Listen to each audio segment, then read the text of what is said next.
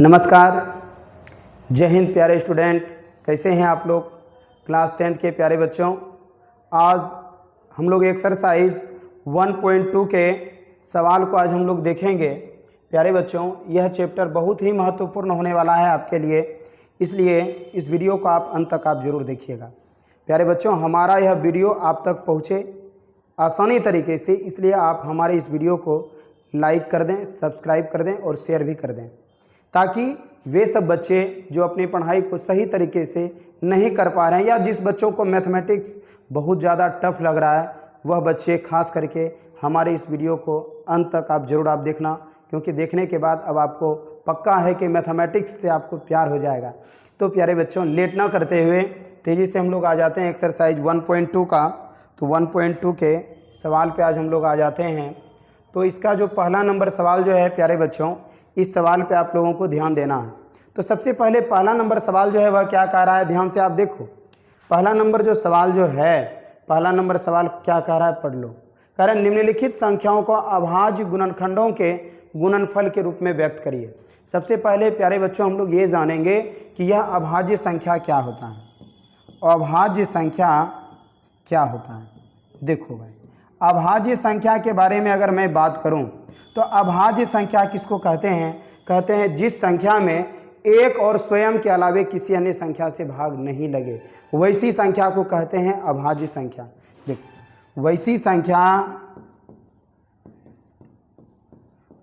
संख्या जिसमें एक तथा स्वयं के अलावे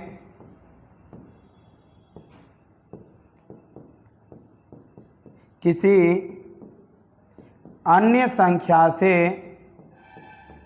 अन्य संख्या से भाग न लगे, उसे अभाज्य संख्या कहते हैं। अब ध्यान देना प्यारे बच्चों, क्या हमने इसका लिखा डेफिनेशन अभाज्य संख्या का कि जिस संख्या में एक और स्वयं के अलावे किसी अन्य संख्या से भाग नहीं लगता है, वैसी संख्या को कहते हैं अभाज्य संख्या। जैसे अगर हम बात करेंगे, जैसे मैंने लिख दिया दो को देखो इधर प्यारे बच्चों, दो को अगर हम लोग बात करें दो के बारे में, दो में एक और दो के अलावे एक और स्वयं के अलावे देख लो किसी और दूसरे संख्या से भाग नहीं लग रहा है। जैसे हमने ले लिया तीन में भी देखो एक और तीन के अलावे किसी अन्य संख्या से भाग नहीं लग रहा है। जैसे हमने फिर ले लिया पाँच में भी देखो एक और पाँच के अलावे किसी अन्य संख्या से भाग नहीं लग रहा है। लेकिन प्यारे बच्चों, अगर मैं बात करूं चार के बारे में, तो चार को आप देखो ध्यान से, ये एक से भी लग रहा है, दो से भी लग रहा है और ये आपका चार से भी लग रहा है। तो ऐसी संख्या को हम लोग कभी भी अभाज्य संख्या नहीं कहेंगे। तो ऐसी संख्या को हम लोग कभी भी अभाज्य संख्या नहीं कहेंगे। अभाज्य संख्या तो फिर यह कौन सा संख्या होगा? यह हमारा कहला जाएगा भाज्य संख्या। कौन सा संख्या होगा? भाज्य संख्या। क्योंकि भाज्य संख्या कहते हैं जो अभाज्य नहीं है वही तो भाज्य होगा। मतलब जिस संख्या में एक और स्वयं के अलावे किसी अन्य संख्या से भी भाग लग जाए, वैसन संख्या को क्या कहेंगे जी? भाज्य संख्या कहते हैं। और जबकि एक और स्वयं के अलावे किसी अन्य संख्या से जिसमें भाग नहीं लगता है, वैसी संख्या को क्या कहते हैं? अभाज्य संख्या। तो अभाज्य संख्या कहाँ से शुरू हो गया भाई? दो से हो गया शुरू। दो है, तीन है, पाँच है, सात है, फिर 11 है, 13 है। एक बात आप हर हमेशा ध्यान रखिएगा प्यारे बच्चों, कभी कभी एग्जाम में ऑब्जेक्टिव में आपका पूछ भी देता है कि सबसे छोटा सम अभाज्य संख्या क्या होगा। तो सबसे छोटा जो अभाज्य संख्या जो होगा प्यारे बच्चों, वो होगा दो होगा, और वो भी यह दो आपका क्या है? सम है। जबकि अगर आपसे अगर पूछा जाएगा सबसे छोटा विषम अभाज्य संख्या क्या होगा, तो सबसे छोटा विषम अभाज्य संख्या के बारे में अगर बात करेगा तो क्या बोलेंगे? बता दो जल्दी से। सबसे छोटा विषम अभाज्य संख्या जो होगा प्यारे बच्चों, वो होगा आपका 3, जबकि सम अभाज्य संख्या क्या होगा? 2। तो ये दोनों प्यारे बच्चों, यह ऑब्जेक्टिव में भी आता है कि बताइए सबसे छोटा सम अभाज्य संख्या क्या होगा? तो 2 होगा। सबसे छोटा विषम अभाज्य संख्या क्या होगा? तो 3 होगा।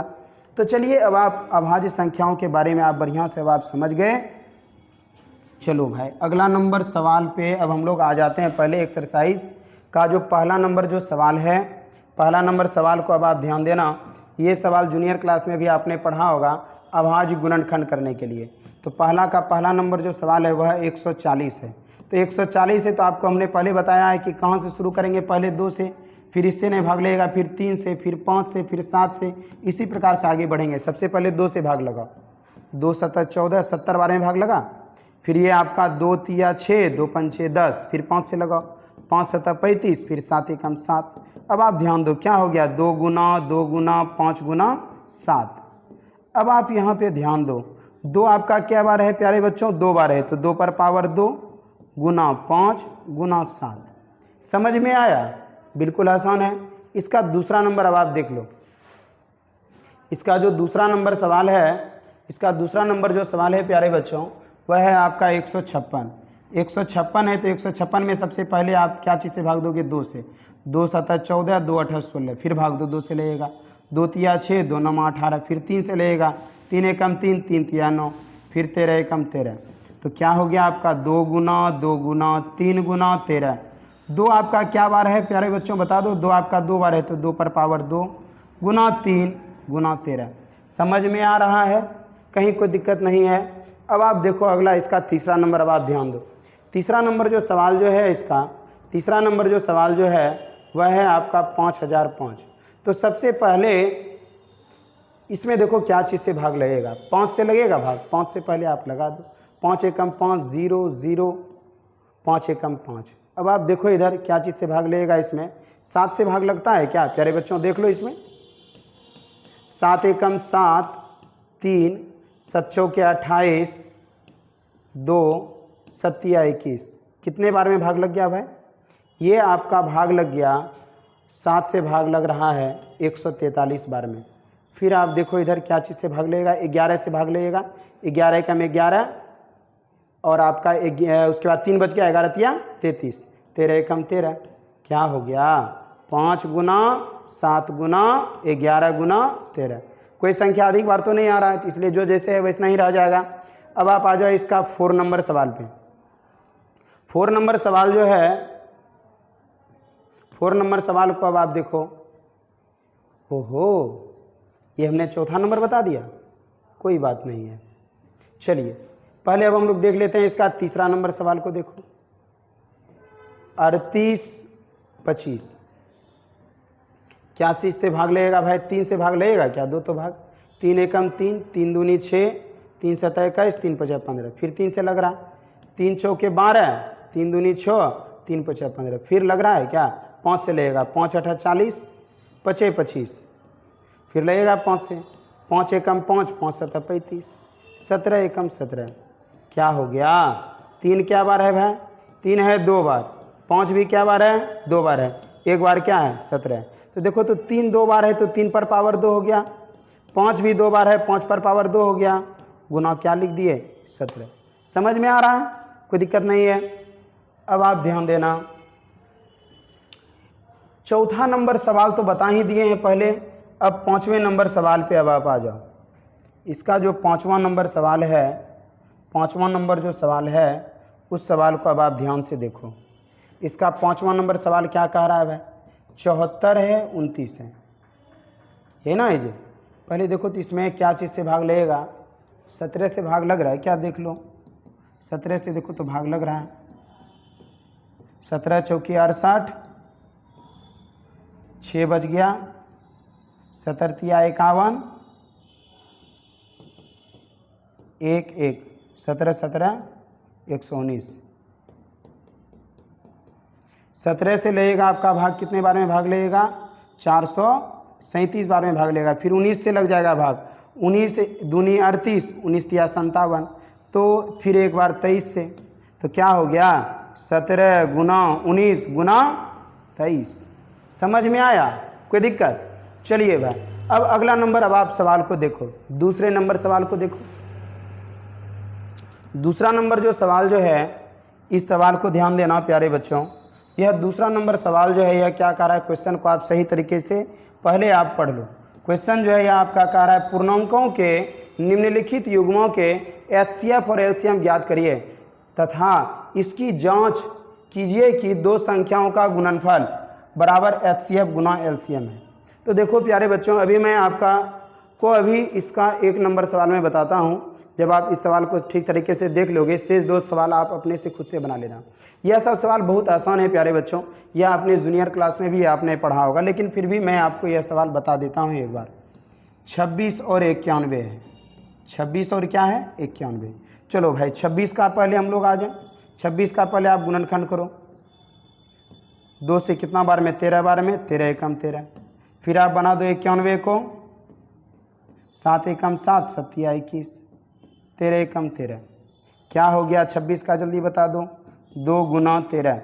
फिर आप 91 का बता दो, 7 गुना 13। अब आप ध्यान देना प्यारे बच्चों, अभाज्य गुणनखंड के द्वारा अगर कभी भी आपको एचसीएफ और एलसीएम अगर निकालने के लिए बोला जाएगा, सबसे पहले एचसीएफ निकालने के लिए हम लोग देखेंगे अगर 2 संख्या है तो दोनों में से आपका कॉमन कौन सा होगा, इस चीज़ को पहले आप ध्यान देना। अब आप देखो इसमें भाई दोनों में देख लो कॉमन क्या है, दोनों में कॉमन है भाई हमारा 13। इसका मतलब एचसीएफ हमारा क्या हो गया 13। एचसीएफ क्या हो गया जी 13 हो गया। फिर आपको चाहिए एलसीएम चाहिए। एलसीएम निकालने के लिए अब आप ध्यान देना प्यारे बच्चों, सबसे पहले जो कॉमन है पहले हम लोग उसको लिखते हैं, लिख दिए। इसके बाद जो अब आपका कॉमन नहीं है उसको भी लिखो, 2 गुना 7 कितना हो गया 13 गुना 14 कितना हो गया 14 तिया 42, बचा कितना 2, बचा कितना 4, 14 4 कितना हो जाएगा 18। एचसीएफ एलसीएम निकल गया। अब आप ध्यान दो प्यारे बच्चों, इसका कह रहा है क्या जांच करने के लिए। इसका जांच कैसे करेंगे, पहले ही जांच में लिख दिया गया है, 2 संख्याओं का गुणनफल बराबर एचसीएफ गुना एलसीएम। ठीक है, अब बताओ 2 संख्याओं का गुणनफल, दोनों संख्या लिख दो, 26 गुना 91 बराबर एचसीएफ कितना है भाई 13, एलसीएम कितना है 182। ठीक है, अब इसको आप मल्टीप्लाई पहले आप कर दो, 26 गुना 91 करो, कितना हो जाएगा, 1 से करोगे 26 को 26 से हो जाएगा, 9 6 के 54, 9 दूनी 18 5 कितना हो गया 23 हो गया, 6 4 2 6 3 2, देख लो भाई कितना हो गया 23 और 66। उसी प्रकार से इधर भी आप कर दो, 13 दूना 26 के 6 बचा कितना 2, 13 8 104, 2 106 बचा कितना 10, 13 10 23 बराबर है। समझ में आया, कोई दिक्कत। अब आप ध्यान देना प्यारे बच्चों, यह सवाल एक ऐसा सवाल है कि एग्ज़ाम में यह सवाल जो है ना 2 मार्क्स में आपका पूछता है कि एचसीएफ और एलसीएम निकालिए और उसका फिर आप जांच कीजिए। अगर आपको पूछ दे तो इस सवाल को आप आसानी से बना सकते हैं, कहीं कोई दिक्कत नहीं होना चाहिए। चलिए आ जाए अब हम लोग तीसरे नंबर पे। देखो ये शेष 2 सवाल हम आपके लिए छोड़ रहे हैं भाई, इस दोनों सवाल को आप आसानी से आप बना लीजिएगा। चलिए तीसरे नंबर सवाल को देखो, तीसरे नंबर सवाल को अब आप ध्यान देना प्यारे बच्चों। तीसरा नंबर जो सवाल जो है वह क्या कह रहा है कि अभाज्य गुणनखंड विधि द्वारा निम्नलिखित पूर्णांकों के एचसीएफ और एलसीएम ज्ञात करिए। बिल्कुल आसान है, 12 15 और 21 है, इसका एचसीएफ और एलसीएम निकालना है। तो वहाँ 2 संख्या रहता था तो 2 में कॉमन को ढूंढते थे एचसीएफ में, यहाँ 3 संख्या है तो 3 को में ढूंढेंगे। सबसे पहले 12 के बारे में हम लोग बात करें, 2 छक्का 12,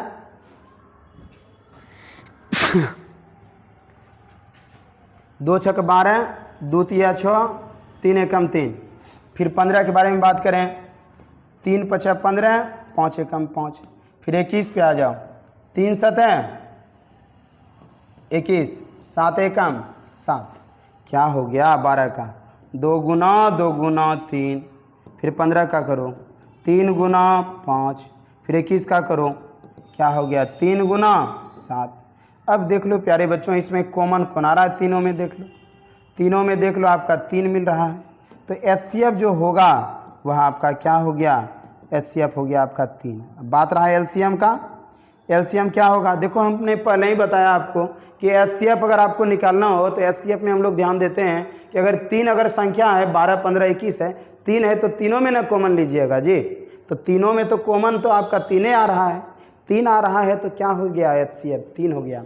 और एलसीएम में क्या करेंगे, जो आपका पहले जो मिलल है उसको पहले लिख दीजिएगा, बाकी शेष जो बचल है उसको पहले आप लिख दो। 2 गुना 2 गुना 5 और गुना क्या हो जाएगा 7। गुना कर दो प्यारे बच्चों, कितना हो जाएगा, 5 दूनी 10 या 30, 5 दूनी 10 या 30 दूनी 60, 60 गुना 7 कर दो 7 42 420। फिर से मिला लो, 5 दूनी 10 या 30 दूनी 60 तिया 60 तिया कितना हो जाएगा 7 42 420। कोई दिक्कत नहीं है। अब आप इसका दूसरा नंबर को अब आप ध्यान दो, कितना कितना है बोला, 17 है, 23 है, फिर 29 है। 17 का आप गुणनखंड करो तो भाई पता है एक बार में, फिर 23 है एक बार में, फिर आपका कितना है जी 29 है, फिर 29 एकम 29 एक बार में। अब आप ध्यान दो यहाँ पे, अब आपका जो 17 है, 17 को हम लोग 17 गुना 1, 23 को हम लोग क्या लिखेंगे 23 गुना 1, फिर आपका 29 का क्या हो जाएगा 29 गुना 1। एक बात है हमेशा ध्यान देना बच्चों, HCF में क्या होगा, जिसमें अगर कुछ नहीं कॉमन अगर आएगा तो उसमें 1 आएगा कॉमन और उसका HCF क्या हो जाएगा 1 हो जाएगा, तो इसका HCF हो गया 1 हो गया। और LCM का जहाँ तक बात रहा इसको आप लिख दो क्या, 17 गुना 23 गुना 29। अब आप प्यारे बच्चों इसको अब आप अपने से मल्टीप्लाई कर लेना, जो मल्टीप्लाई करके जो आएगा आंसर वही आपका हो जाएगा। फटाफट आप कमेंट में आप ज़रूर आप बता दें कि इसका आंसर क्या होगा, ठीक है। चलिए भाई, अब तीसरा नंबर मैं आपके लिए इस सवाल को छोड़ रहा हूँ, इस सवाल को अब आप आसानी से अपने से बना लीजिएगा। तो 4 नंबर के सवाल पे अब हम लोग आ जाते हैं। प्यारे बच्चों इस सवाल पे आप ध्यान देना ज़रूर, क्योंकि यह सवाल जो है आपका इम्पोर्टेंट भी है और यह सवाल एग्ज़ाम में ज़्यादातर कभी कभी आ भी जाता है, कभी कभी 2 नंबरा में भी आता है, कभी कभी ऑब्जेक्टिव में भी आता है। तो इसलिए इस सवाल को आप ध्यान से देखना। प्यारे बच्चों एक बात हमेशा आप याद रखिए, अपनी पढ़ाई को इतनी खामोशी से करो कि सफलता जो है वह शोर मचा दे। और अब आप मन से पढ़ो प्यारे बच्चों, क्योंकि हर हमेशा एक बात आप याद रखना कि वैल्यू उसी का होता है प्यारे बच्चों जो सफल हो जाता है, ठीक है। और जो व्यक्ति सफल नहीं हो पाता है दुनिया उसे कोसते रहती है। इस बात को हर हमेशा आप याद रखना प्यारे बच्चों। अगर आप सही तरीके से नहीं पढ़ोगे तो इस बात को आप ज़रूर आप याद रखना। जब एग्ज़ाम में बाबू, जब एग्ज़ाम जब निकट जब आता है ना और सही तरीके से जब आप नहीं पढ़ोगे, अगर कहीं बाबू अगर कहीं आपका एग्ज़ाम अगर कहीं आपका अगर ठीक तरीके से नहीं गया और रिज़ल्ट अगर आपका बाबू अगर आपका कम जो है रिज़ल्ट अगर आपका ख़राब हो गया, मान लेते हैं कि आपको फर्स्ट डिवीज़न के बदले में आपका सेकेंड डिवीज़न आ गया, तो जानते हैं सबसे ज़्यादा आपका पड़ोसी जो होगा वह सबसे ज़्यादा खुश हो जाएगा, गोतिया जो है वह आपका सबसे ज़्यादा खुश हो जाएगा। इसलिए प्यारे बच्चों उसको मौका नहीं देना है, ठीक है। इसलिए आप मन से अब आप पढ़िए और मैं आ गया हूँ, अब आपको सोचना नहीं है, जब हम हैं तो क्या गम है, ठीक है। और इस वीडियो को आप अंत तक आप देखिए और सही तरीके से आप पढ़िए, क्योंकि जितना भी है चैप्टर से रिलेटेड कोई भी आपका डाउट होगा ना, जब आप हमारा इस वीडियो को देखोगे ना, ये वीडियो और इसके बाद भी आने वाले समय में और भी बहुत सारा वीडियो मैं यूट्यूब पर बना करके मैं डालते जाऊँगा, तो आप उस वीडियो को आप ज़रूर आप सही तरीके से आप देखिएगा। मैथमेटिक्स के प्रति आपका डर भय जो है ना बाबू वो पूर्णतः गायब हो जाएगा, पता ही नहीं चलेगा बेटा, मैथमेटिक्स से आपको जो है ना प्यार हो जाएगा, ठीक है। तो चलिए अब हम लोग आ जाएं 4 नंबर पे। 4 नंबर सवाल को अब आप ध्यान देना। कह रहा है HCF है दिया हुआ, HCF है दिया हुआ 306 है और 657 है। HCF 306 और 657 का 9 है दिया हुआ। कह रहा है इसका LCM क्या होगा बताइए। एक बात आप हमेशा ध्यान देना, ये है आपका पहली संख्या, ये है दूसरी संख्या, ये है HCF, ये है LCM। अच्छा एक बात बताओ, बचपन क्लास में आपने पढ़ा होगा कि पहली संख्या गुना दूसरी संख्या बराबर क्या पढ़ा है, HCF गुना LCM। बता दो जी, पहली संख्या कितना है 306 और दूसरी संख्या कितना है 657। और आप देख लो HCF कितना है दिया हुआ 9, आपको क्या चाहिए LCM चाहिए। देख लो जी LCM बराबर क्या हो जाएगा, 9 है गुना में, इधर आ जाएगा तो क्या हो जाएगा भाग में, भाग में हो जाएगा, भाग दे दो। 9 तिया 27 और 9 चौके 36, 34 गुना 657 हो गया। इसको आप मल्टीप्लाई करो, 34 गुना 657 करो मल्टीप्लाई, 7 चौके 28, 7 या 21 2 23, 5 चौके 20, अब 5 या 15 2 17, 6 चौके 24, 6 या 18 2 20, 8 3 7 4 11 2 13, 1 1 2 2, 22,338 हो गया। समझ में आ रहा है? इस सवाल को मैंने इसलिए सूत्र को सही तरीके से लिख के बताया ताकि इस पे आधारित जो भी सवाल होगा ना वह आपका आसानी से बन जाए। हो सकता है कि जो है अभी आपका पहली संख्या दूसरी संख्या है दिया हुआ, एचसीएफ है दिया हुआ, एलसीएम कह रहा है, अगले बार में हो सकता है आपको इस टाइप का सवाल दूसरा ही दे दे, आपको बोल देगा कि भाई एलसीएम ही है दिया हुआ, एचसीएफ निकालिए, या आपको एचसीएफ एलसीएम रहेगा दिया हुआ, पहली संख्या रहेगा दिया हुआ, बोल देगा दूसरी संख्या निकालिए। तो जब आप इस सूत्र को जब आप याद रखोगे ना बाबू, तो इस सूत्र पे आधारित जो भी सवाल होगा वह आपका आसानी से बन जाएगा। ठीक है, चलो भाई अब हम लोग आ जाते हैं 5 नंबर पे। 5 नंबर सवाल को देख लो, यह सवाल बहुत ही महत्वपूर्ण है, यह VVI हम मार देते हैं, वेरी वेरी इंपॉर्टेंट सवाल है। तो पहला नंबर जो सवाल जो है इसका 5वां नंबर सवाल पे ध्यान देना बाबू। कह रहा है जांच कीजिए कि क्या किसी प्राकृत संख्या n के लिए 6 पर पावर n अंक शून्य पर समाप्त हो सकती है। किसी भी प्राकृत संख्या किसको कहते हैं? गिनती की संख्या को। किसको कहते हैं? गिनती की संख्या को प्राकृत संख्या कहते हैं। और प्राकृत संख्या कहाँ शुरू होती है? 1 से। 1 2 3 4 इसी प्रकार से होता है। कह रहा है कि 6 पर पावर n जो है वह हमारा प्राकृत संख्या। कह रहा है जब हम 6 पर पावर n का मान 1 2 3 4 जब हम रखते जाएंगे तो क्या वह 0 पर समाप्त होगा? अगर 0 पर समाप्त होगा तो बोलेंगे कि 0 पर समाप्त होगा, अगर नहीं होगा तो बोल देंगे 0 पर समाप्त नहीं होगा। तो कह रहा है जांच कीजिए कि क्या किसी प्राकृत संख्या के लिए 6 पर पावर n अंक 0 पर समाप्त हो सकता है। तो सबसे पहले इसका हम मान लेते हैं, माना कि किसी प्राकृत संख्या n के लिए 6 पर पावर n अंक 0 पर समाप्त हो सकती है, 0 पर समाप्त हो सकती है। अब जहाँ n बराबर क्या लेंगे? n बराबर हम लोग रखेंगे 1 2 3 4 5 इसी प्रकार से डॉट डॉट करके। तो पहली आ जाते हैं हम लोग संख्या n इक्वल टू 1 के लिए, तो क्या लिखेंगे? पहली प्राकृत संख्या। पहली प्राकृत संख्या चलेंगे तो 6 पर पावर n है, तो आपका 6 पर पावर क्या हो गया? n की जगह पर 1, तो 6 हो गया। क्या इकाई अंक देखो तो 0 आ रहा है? नहीं आ रहा है। इस टाइप का 2-3 को आप पहले आप निकाल करके देखो। n इक्वल टू 2 के लिए चलते हैं आपकी बात। क्या लिखेंगे? दूसरी प्राकृत संख्या 6 पर पावर n, 6 पर पावर 2। 6 पर पावर 2 का मतलब 6 क्या बार हो गया? 2 बार। 6 6 के 36। क्या इकाई अंक 0 आ रहा है? बिल्कुल नहीं आ रहा है। पुनः n इक्वल टू किसके लिए चलेंगे भाई? 3 के लिए। जब आप 3 के लिए चलोगे तो क्या लिखोगे? तीसरी प्राकृत संख्या बराबर 6 पर पावर n, 6 पर पावर 3। 6 को 3 बार गुना करो, 6 6 36, 6 के 216। क्या देख रहे हो? नहीं आ रहा है। पुनः n इक्वल टू क्या चलेंगे? इकाई अंक देख लो, 0 नहीं आ रहा है। एक बार और आप निकाल लो। चौथी प्राकृत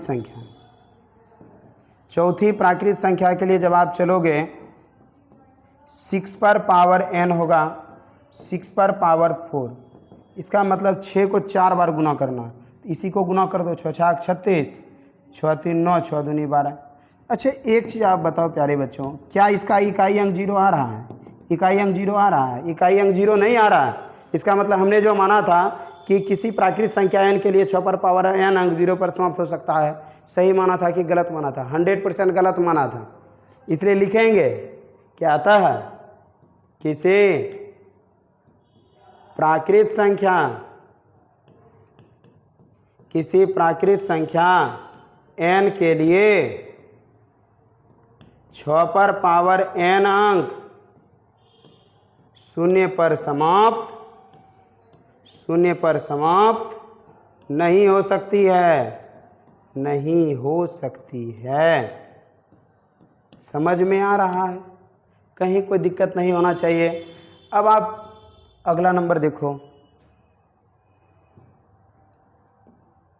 6 नंबर सवाल को देखो। 6 नंबर जो सवाल जो है कह रहा है व्याख्या कीजिए कि 7 गुना 11 गुना 13 प्लस 13 और 7 गुना 6 गुना 5 गुना 4 गुना 3 गुना 2 गुना 1 प्लस 5 भाज्य संख्याएं क्यों हैं। अब आप ध्यान देना प्यारे बच्चों, भाज्य संख्या के बारे में मैंने आपको बताया है कि भाज्य संख्या किसको कहते हैं, जिस संख्या में एक और स्वयं के अलावे किसी अन्य संख्या से भी भाग लग जाए। चलो इसका आपको हम डेफिनेशन लिख देते हैं। जिस संख्या में एक तथा स्वयं के अलावे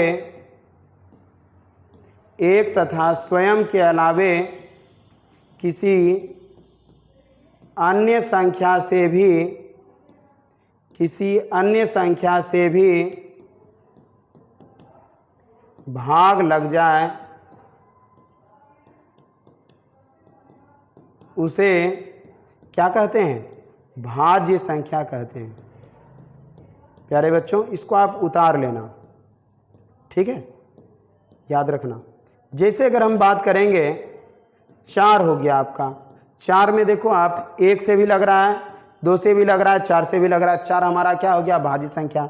फिर 6 में तुम देखो 1 से भी लग रहा है, 2 से भी लग रहा है, 3 से भी लग रहा है, 6 से भी लग रहा है, तो एक और स्वयं के अलावे किसी अन्य संख्या से भी भाग लग रहा है ना जी, तो ऐसी संख्या को क्या कहते हैं, भाज्य संख्या। अच्छा बताओ क्या आप 3 को कह सकते हो भाज्य संख्या? बिल्कुल नहीं कह सकते हो जी। क्यों नहीं कह सकते हो? क्योंकि 3 में 1 और 3 के अलावे किसी अन्य संख्या से भाग नहीं लगता है। समझ में आ रहा है? चलो सवाल पे आ जाओ। दिया है 7 गुना 11 गुना 13 प्लस 13 और 7 गुना 6 गुना 5 गुना 4 गुना 3 गुना 2 गुना 1 प्लस 5। अब ध्यान देना प्यारे बच्चों, इसमें कॉमन क्या आ रहा है, ले लो कॉमन।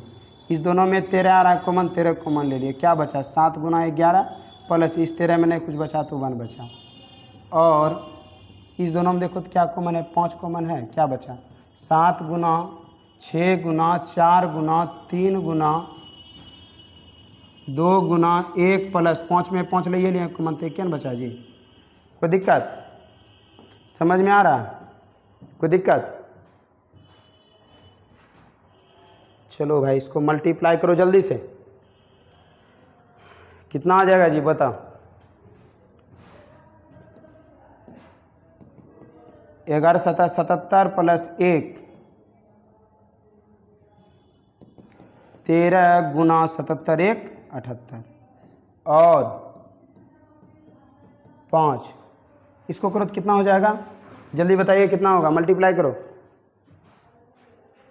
7 छंके 42 गुना 4 तिया 12 दूनी 24 गुना करो 4 दूनी 8 4 चौक 16 42 दूनी 84 8 6 4 10 9 1 10 1008 प्लस 1 और 5 गुना 1008 प्लस 1 1009। ठीक है जी। अब देखो इधर फिर उसी प्रकार इसको मल्टीप्लाई कर लो, कितना हो गया 13 गुना 78 करो 8 तिया 24 8 2 10 13 7 91 4 1 9 1 10 कितना हो गया 1014 और इसको गुना कर दो 5 9 45 0 5 1 5। अब देखो कह रहा है प्यारे बच्चों इसको कि जांच कीजिए ये दोनों भाज्य संख्याएं हैं। बिल्कुल ये दोनों भाज्य संख्या हैं, क्योंकि आप देखो 1014 को देखो और 5045 को देखो, ये दोनों संख्याएं एक ऐसी संख्या हैं, इन दोनों में एक और स्वयं के अलावे किसी अन्य संख्या से भी भाग लग रहा है, इसलिए ये दोनों क्या हैं भाज्य संख्या हैं। क्या लिखिएगा, चूँकि ये दोनों संख्याएं एक तथा स्वयं के अलावे एक तथा स्वयं के अलावे किसी अन्य संख्या से भी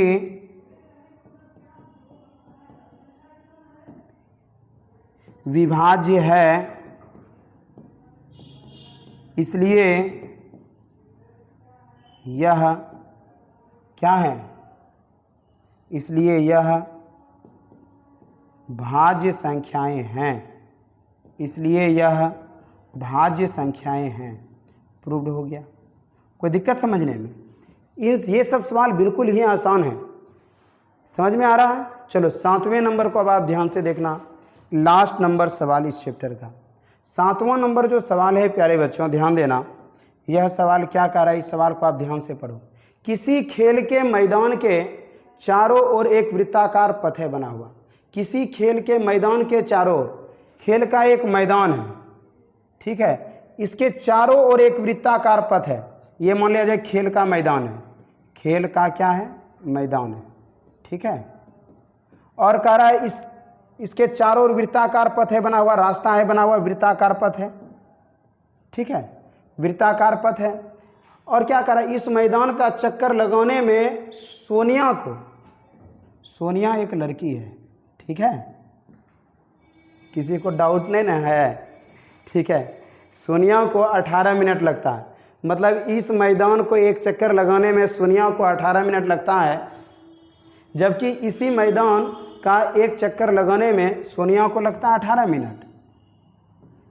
जबकि इसी मैदान का एक चक्कर लगाने में रवि नाम का एक लड़का है, इसको इसी मैदान को चक्कर लगाने में लगता है भाई 12 मिनट। कितना मिनट लगता है? 12 मिनट लगता है। तो मान लीजिए कि वे दोनों एक ही स्थान और एक ही समय पर चलना प्रारंभ करके एक ही दिशा में चलते हैं, तो कितने समय के बाद वे पुनः प्रारंभिक स्थान पर मिलेंगे? प्यारे बच्चों, इस सवाल को हल करने के लिए हम लोग क्या करेंगे कि 18 और 12 का निकाल लेंगे एलसीएम। 18 और 12 का क्या निकाल लेंगे? एलसीएम। जो होगा वही, दोनों उतने पर एक स्थान पर मिलेंगे। तो 18 का करो गुणनखंड, 2 9 18, 3 तिया 9, 3 एकम 3। 12 का करोगे 2 छक 12, 2 तिया 6, 3 एकम 3। चलो भाई 18 का क्या हो गया जल्दी बता दो? 2 गुना 3 गुना 3। 12 का क्या हो जाएगा? 2 गुना 2 गुना 3। देख लो भाई कॉमन क्या क्या इसमें आ रहा, मिल रहा है क्या क्या? 3 मिल रहा है, फिर 2 मिल रहा है। तो जो मिल रहा है एलसीएम में क्या करते हैं, जो मिल रहा है पहले उसको लिख दो, 2 गुना 3, ये दोनों मिल रहा था। अब जो नहीं मिल रहा है उस दोनों को भी लिख दो, 3 गुना 2। अब गुना कर दो, कितना हो जाएगा? 2 तिया 6, तिया 18 दूनी 36। 36 आपका क्या हो गया? आंसर हो गया। समझ में आया? यह सवाल बहुत ही आसान था इस चैप्टर का। प्यारे बच्चों, अगर आपको हमारा यह वीडियो अगर आपको अच्छा लगा हो, अगर आपको सही तरीके से समझ में आया हो, तो आप हमारे इस वीडियो पे ज़रूर आप कमेंट करें, ठीक है, और साथ ही साथ इस वीडियो को आप शेयर भी कर दें। Thank you. जय हिंद।